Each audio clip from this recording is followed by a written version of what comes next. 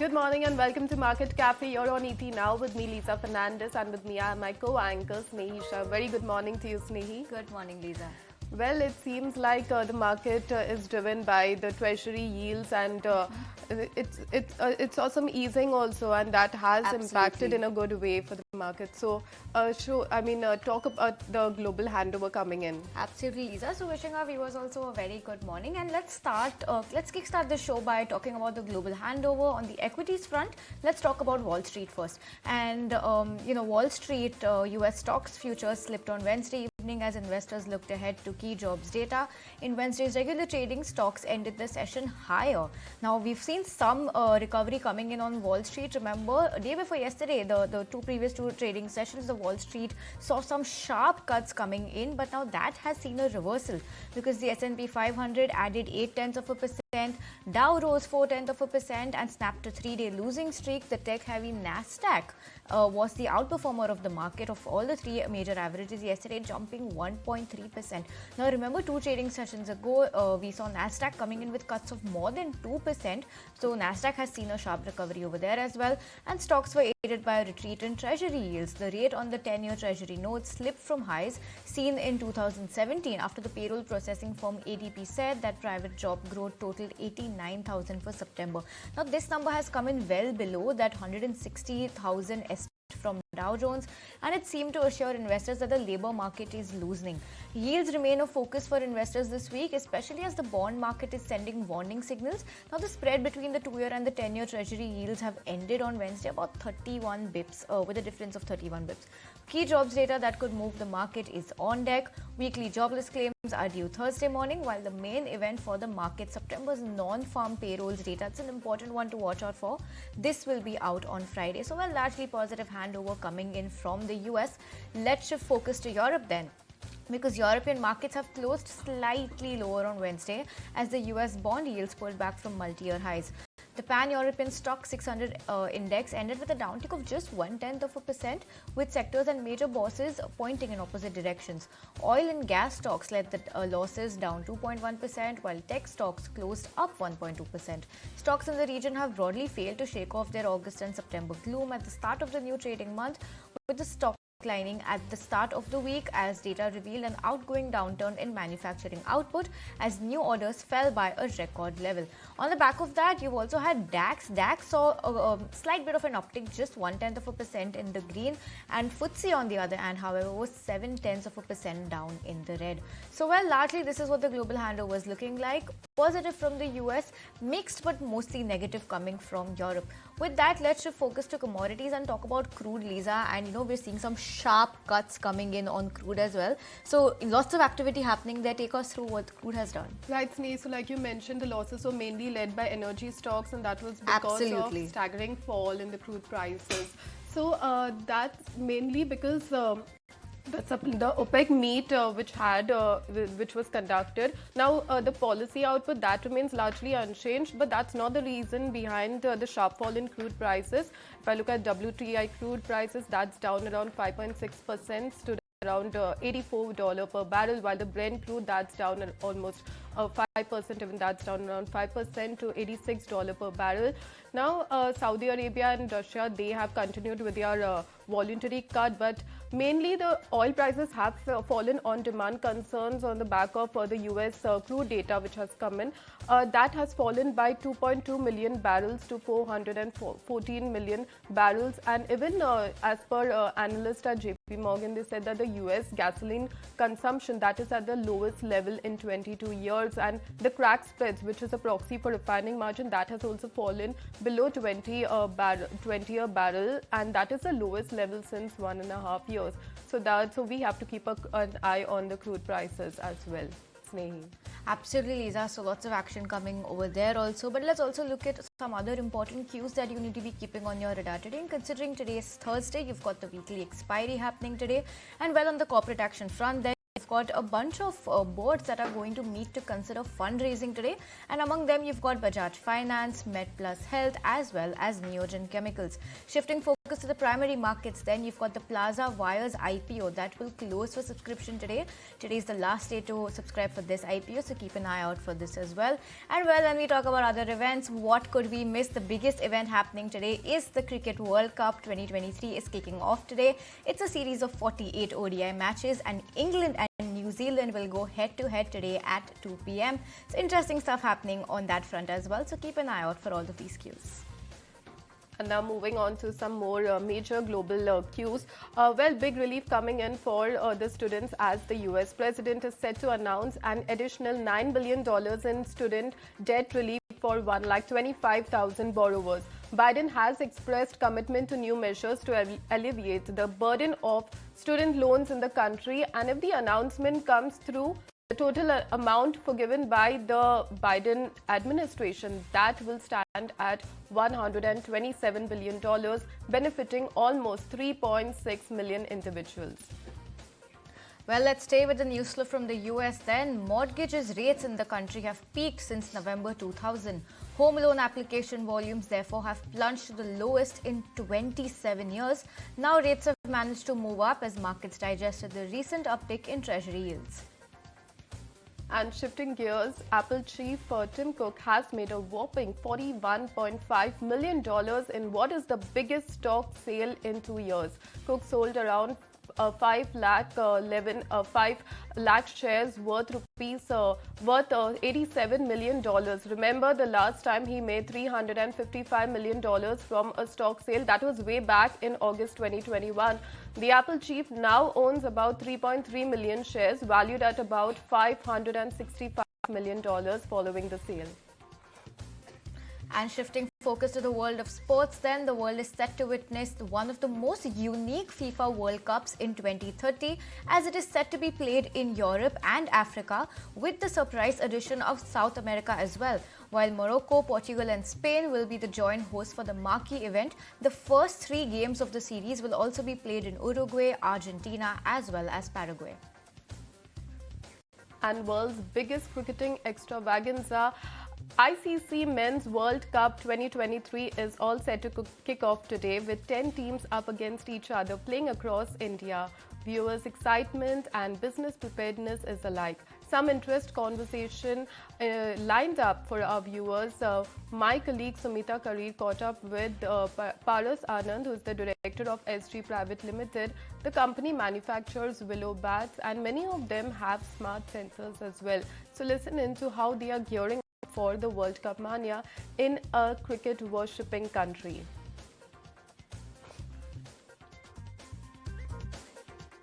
We've seen that in the cricketing industry, there's been a growth in participation, and there are several factors for that. One could be, just the fact people are realizing that, to stay healthy is very important, and sport is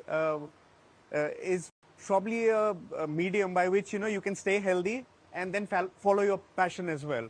So we've seen that. We witnessed the growth in the demand for cricket in the last 3-4 years, in domestically as well as export, and definitely there has been a pressure for the industry to cope up with the demand. And now with the World Cup, and if you have a good World Cup as far as India's performance is concerned, I think there'll be more concerns of the demand going up. Right. Do you want to share some numbers? Because Kashmir manufacturers say that the demand has doubled, and some of them say they will not be able to meet that demand because the supply, there are constraints as far as the supply is concerned. Do you want to share some numbers? See, historically, what had happened was, say, for example, if there were 2.5 million clefts being prepared in Kashmir, the demand would have been a little less than that. But now what we are witnessing is, if the capacity is about 2.5 to say 3 million, the demand has gone up, considerably. You're making hybrid bats, Kashmir willow, English willow, to ensure affordability. Yeah. But there is also a factor, the technology factor, that's also ensuring affordability of products. In fact, what we are hearing is that now the bats have A have sensor. technologies, Yes. have sensors that actually tell you how many times Yes. the ball is hit the bat. So this is an innovative product we've come out, and we're calling it the Smart Willow. And again, it's made out of English willow, Kashmir willow, and also the hybrid, where when you use that bat, it's a SG bat with the sensor. When you use that bat with the sensor, it tells you your bat speed, it tells you the angle that your bat is coming, it tells you the impact speed, how many times you hit the sweet spot, and it's a brilliant tool. Like talk about value addition, it's a brilliant tool for a kid who otherwise would have no access of data. That if he's playing at a level this year, for him to compare, by training, by getting coaching, for him to compare 6 months down the line or a year down the line. Well, that's the word coming in from a Willow Bat factory. But how about restaurants and venues prepping for live screenings and higher footfalls that are expected on the back of this World Cup? My colleague Astha Chopra caught up with Delhi's Go Smash sports bar and listened into that interesting conversation she had. So World Cup season is here and restaurants have braced up. Let's see what are their preparations. So we have Yogesh and Aniket, who are the managers of Go Smash. Thank you so much for joining with us. My first question is, what do we expect now at the World Cup season is beginning? What do people expect from you, and what are your preparations for the World Cup? See, first of all, we are putting a screening here, and we keep on doing screenings. So screening will be put on here this way, if you can see. And we have already started getting the bookings, and there are lots of people who are excited for this 8 for India, Australia, and also for 14th what we are having India, Pakistan. So we are excited, we are all charged up and good preparations. So this will be the place where we will be conducting the screenings. And This way. screen will be here. Screen will be here this side, and people will be watching the match from this side. So what are you expecting with the audience? How many people you are likely to be shown up here and at this place? So what are your expectations this time? Well, we are expecting a good number of visitors here this time, as well as we do also conduct a lot of World Cups, other sports here. So already the tickets are sold out. So there are limited seats are available. So I will just request to visitor, please go through our Paytm Insiders or Beyond Enough sites, or you can just book your seats for the World Cup here at the center. So you will get your seat and enjoy the great Cricket World Cup experience with the Go Smash. So can you give me the estimated numbers? How many customers are likely to show up? Yeah, it's around 200 people sitting capacity here. So we do offer for the visitors with the combination with the multiple cuisines and the plethora of games here. So at the same time, they can experience our center's games, cuisines, plus live screening.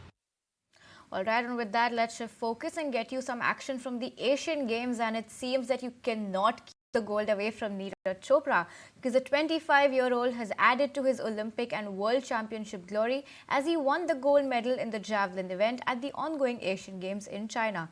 Neeraj secured the top spot with an 88.88-meter throw. It wasn't his best, but good enough on the day. Let's listen in to what Neeraj Chopra had to say after his big win.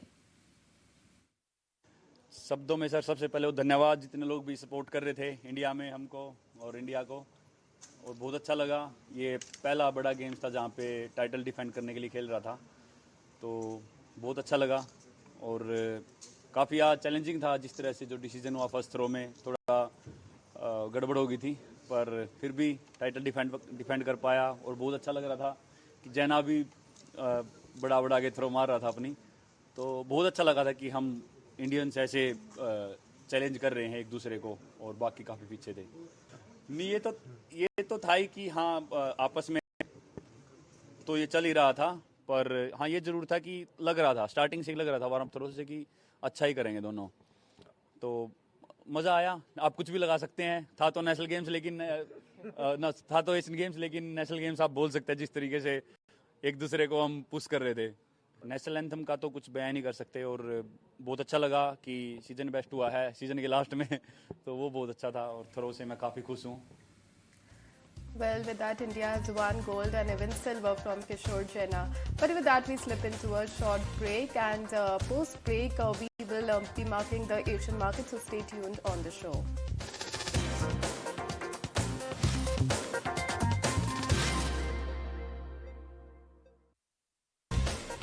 now shifting focus to the all-important GST Council meeting, which is scheduled on October 7th.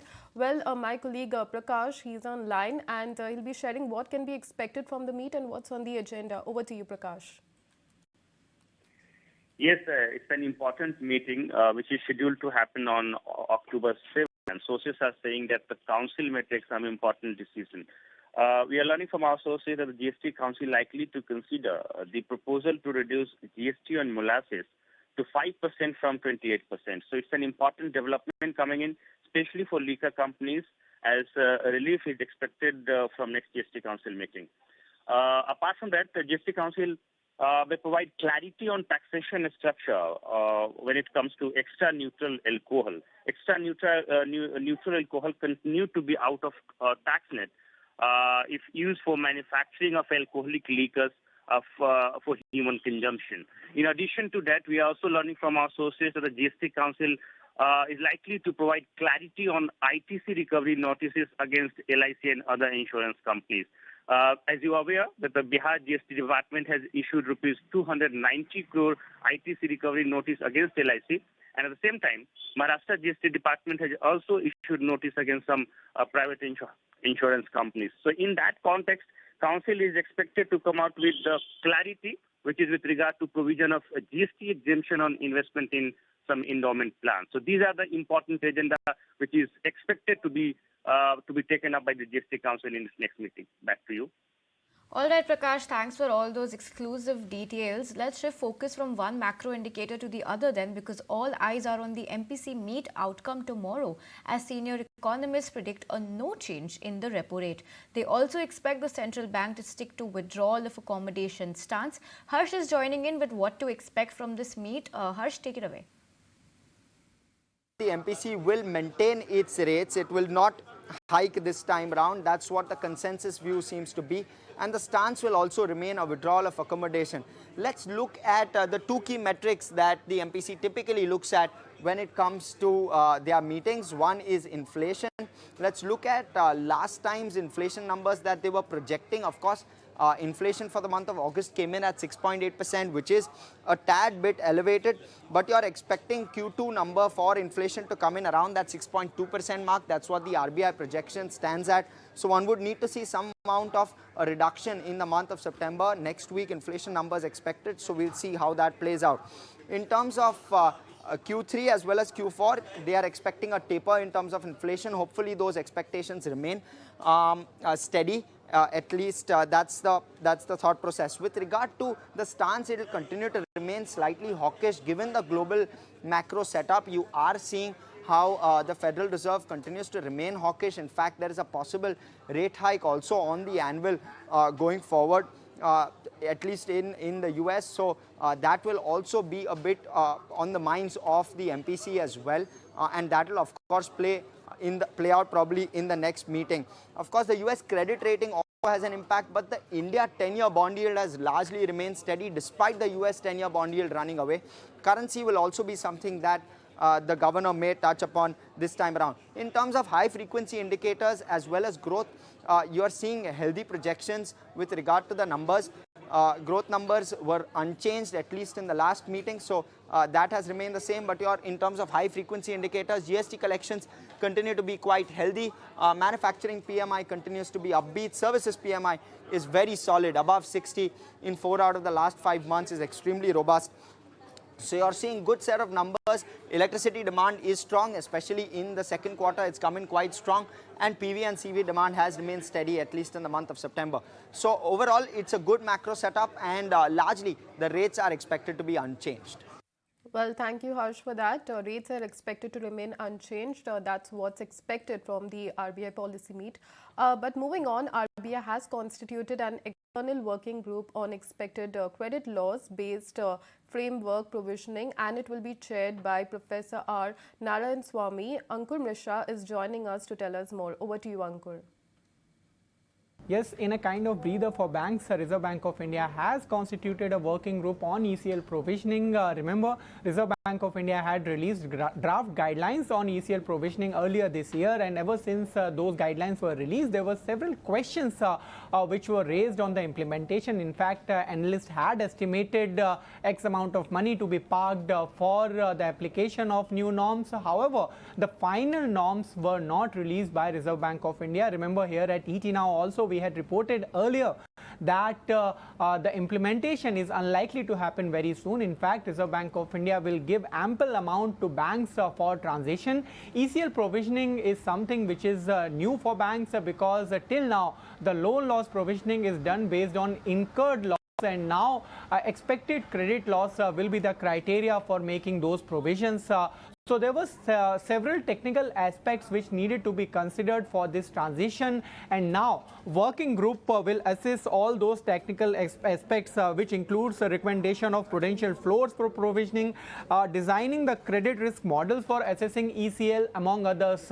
Now once this assessment is done, it will be reported back to Reserve Bank of India, and it will be up to regulator when it releases the final draft of guidelines for ECL provisioning. All right, Ankur, thanks for taking us through all of that. The central government has announced a significant boost for the Ujjwala scheme beneficiaries. In a major relief to over 9 crore LPG customers, the subsidy for domestic cylinders has been increased from 200 rupees to 300 rupees. Now, this move aims to further support households under the Ujjwala scheme, making clean cooking fuel more accessible to more people. Let's listen to what Union Minister has announced. उनके रोजमर्रा की जिंदगी के ऊपर किया था, वो था उज्ज्वला योजना। जब रक्षाबंधन के अवसर पर छूट दी गई, 200 रुपए कम किए गए, तब रसोई गैस के सिलेंडर की कीमत 1100 से कम होकर 900 रह गई और उज्ज्वला योजना के लाभार्थियों को 200 रुपए की सब्सिडी एज इट इज चलती रही, तो उनको 700 रुपए का पड़ता था। आज से जो घोषणा हो रही है उसमें उज्ज्वला के लाभार्थी जो बहनें हैं उनको 200 रुपए की बजाय अब 300 रुपए की सब्सिडी मिलेगी। 200 से बढ़ाकर 300 कर दिया गया है। करोड़ों बहनों को एक बार फिर प्रधानमंत्री नरेंद्र मोदी जी की ओर से एक बड़ी राहत मदद के रूप में उनको आज का ये निर्णय किया गया है। Well, IndusInd Bank has launched Indi, a mobile banking app which is designed for customers, and it will a personalized digital banking experience. Well, ET Now caught up with the bank's MD and CEO, Sumant Katpalia, to understand the scope of the app. Listen in.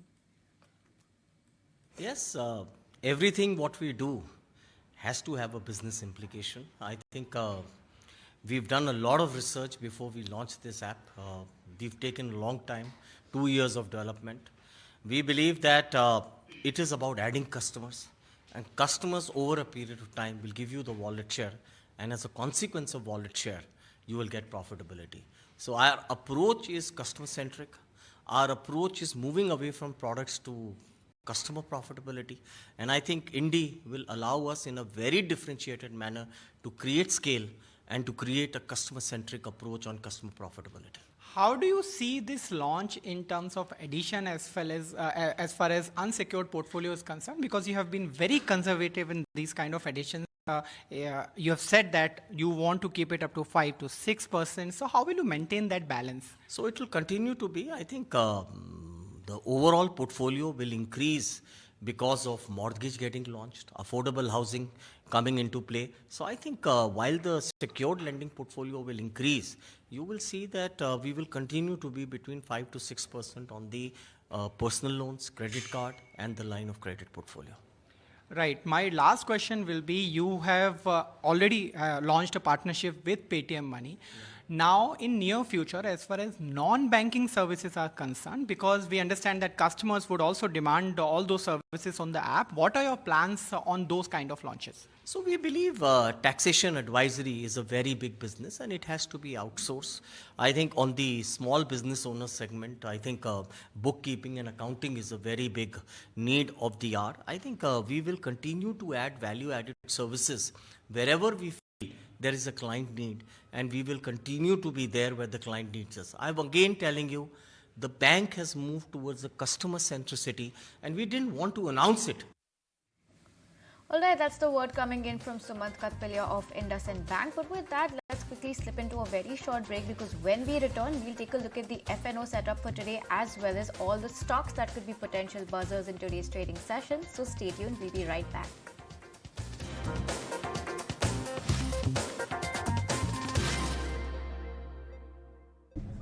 What happens when...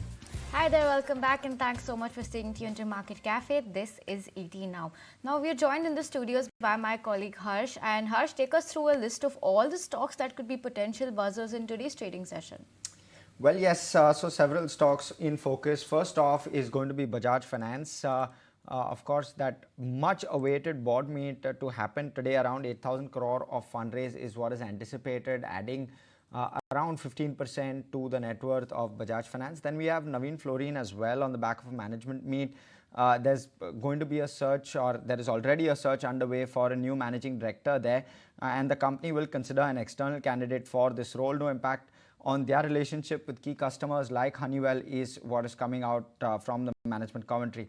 HAL, Indian Air Force, is all set to procure 97 more LCAS. So HAL will be in focus. Exide Industries will be investing around 340 crore in its subsidiary Exide Energy Solutions. Of course, that value unlocking with regard to the subsidiary performance going forward, and expansion plans as well will unlock value, and that's a positive going forward.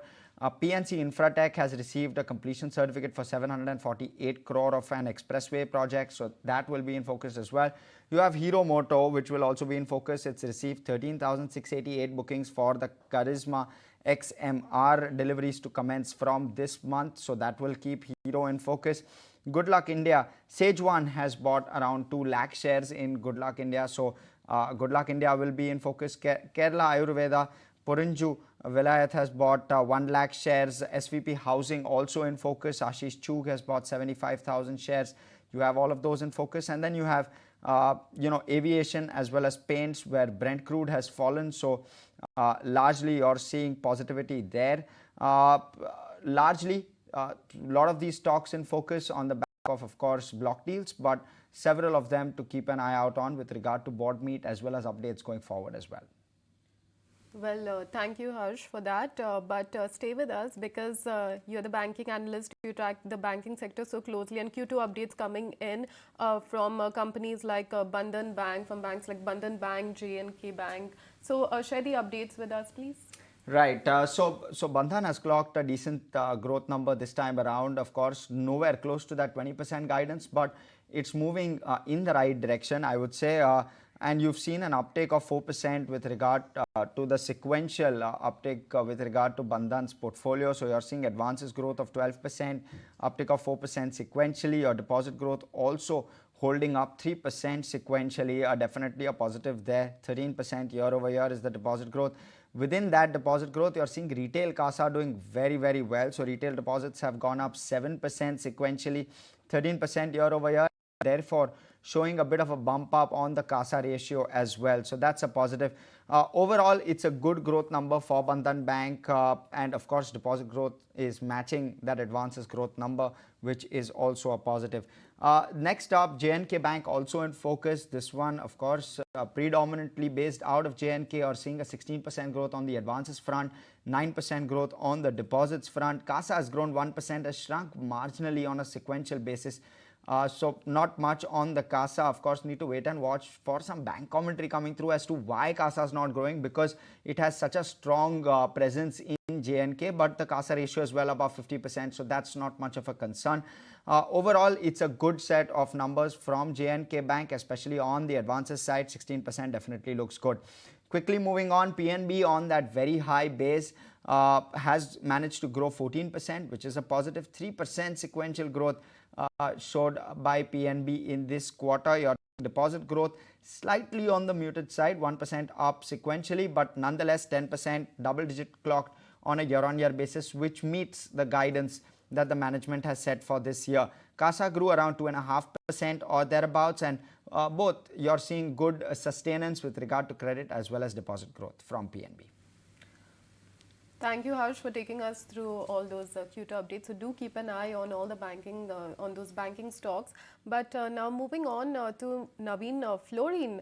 Well, that stock was in focus last week when their MD resigned, Rajesh Welling, and the stock was down. It was hit like more than 10%. But yesterday, on the back of a con call, the management, they have clarified on the attrition for Navin Fluorine, because in the last 5 years, a lot of CEO, CFO resignations, top management churn has been happening. Now, what the management said that they are searching for the successor of MD. That is underway. Meanwhile, Rajesh Welling, he'll be working with Mafatlal for smooth transitioning, and analyst was quite worried about the future capex, whether that will be impacted, because Rajesh Welling, under him, he drove the capex for the company in the last 3 years. So the management said that no business impact from customers and all projects are on track. Even the future projects that will be under thorough evaluation, and the new projects that may be impacted on the back of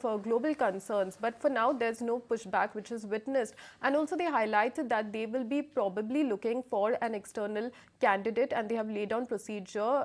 It will be quite a strict evaluation which will be done. And on the, with regards to payout, they said that it's too early to decide the payout structure for the candidate. So that's Navin Fluorine, mostly a positive commentary coming in from the management here.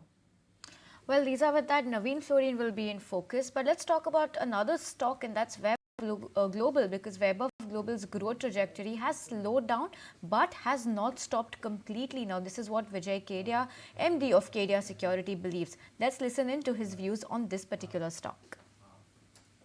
I had bought Weber Global at an average price of say 50 rupees. Okay. Now it is split and whatever it is. Okay. And in 50 rupees, by in 2021 or 22, it was 1,000 rupees. Okay. From 50 to 1,000 rupees in a span of 6-7 years. Right. Okay. So I did not sell. And then again it fell back to 300 rupees. Now again it is 450 rupees. So this is the story. Why didn't I sell? Just because I found that story is not yet over. On the contrary, of course, the growth has come down. Earlier, company was growing at 20%. Now, company has plateaued or not grown in last 1 year. Now, or maybe in the current year, they will grow some 7%, 8%. During that time also, balance sheet was very perfect. And company expanded also. They entered into some new geography, like they entered into Germany and all. So that means company is generating enough cash flow to expand its business or to diversify into a new territory. So that shows the confidence of the management, or confidence of the balance sheet. In spite of growth, maybe the train has slowed down. Train has not stopped. The train has slowed down. So that is part and parcel. It's okay. Now when this new phase will start, then again earlier they had 2 geography. Now they are into 3 geography. So whenever that new this era will start, so they should be they should have good opportunity in front of them. But with that, it's a wrap on this edition of Market Cafe. But stay put on the channel, because a lot of important market as well as corporate voices on our upcoming show, The Market. So stay tuned on the channel. It's a goodbye, and thank you from me as well as Nehi.